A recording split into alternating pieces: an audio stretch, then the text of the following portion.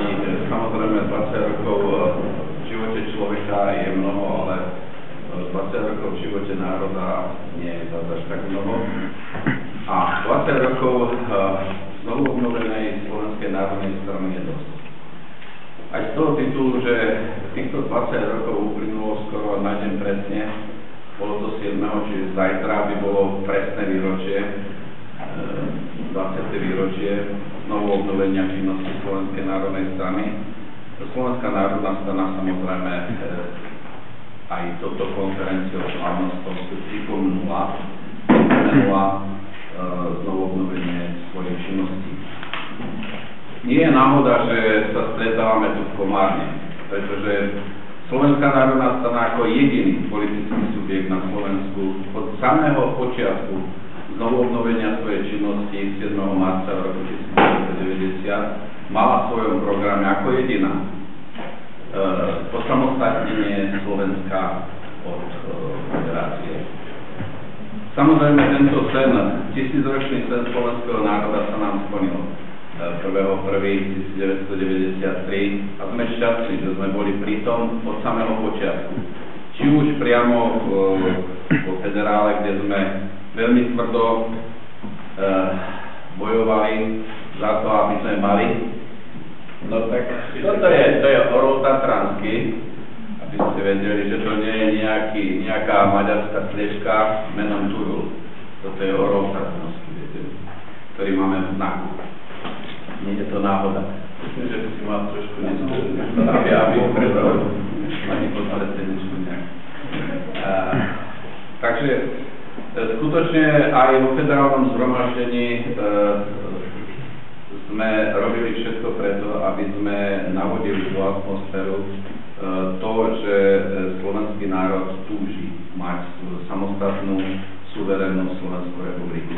Toto sa nám podarilo v 1993, ako som už povedal, a som presvedčený, že po 20 rokoch musím konštatovať, že suverenita Slovenska je skutočne spochybňovaná predovšetkým ľuďmi tu z juhu Slovenska a predovšetkým z niektorých politických kruhov. Mám na mysli stranu Maďarskej koalície a stranu HIP, kde jednoznačne predstavitelia týchto politických strán hovoria otvorene už o politickej autonómii. Nie je to nejaká utopia, pretože títo ľudia majú za sebou samozrejme ďalších ľudí, ktorí ich vlastne aj riadia v Budapešti. Mám na mysli predovšetkých predstaviteľov strany Fidesz, pána Orbána a stranu Jobbik, ktorí, dá sa povedať, veľmi tesne koordinujú svoju činnosť s predstaviteľmi SNK a strany HIP. Fakt, že v apríli budú v Maďarsku parlamentné voľby a nikto už teraz nepochybuje, že ich vyhrá Fidesz s Jobbikom, sú veľmi nebezpečné pre situáciu na Slovensku. Vyhlásenia pána Orbána, ktorý sa vyjadruje o tom, že Maďarsko nehraničí s nejakým Slovenskom, ale Maďarsko hraničí s Poľskou republikou, sú, myslím si, že aj pre mentálne postihnutého človeka úplne jasné. Keď to niekto nevie, teda porozumieť tomu, tak mu to môžem bližšie vysvetliť. Jeho vyjadrenia v Košiciach, kde hovorí, že toto mesto bude zase raz súčasťou Veľkého Maďarska, to by malo zobudiť každého. Cvičenia maďarskej armády, cvičenia násilného prechodu Dunaja a ďalšie veci maďarskej gardy, neonacistické, nilašovské organizácie, a ďalšie násilné organizácie, ultraradikálne organizácie nasvedčujú tomu, že skutočne v Maďarsku sa niečo chystá. Fakt, že prenášajú svoju pôsobnosť aj na územie Slovenskej republiky, je o to nebezpečnejšie, že skutočne takýto zásah do suverenity vedľajšieho štátu je podľa mňa v Európskej únii neprípustné. Príklad Kosova veľmi priťahuje.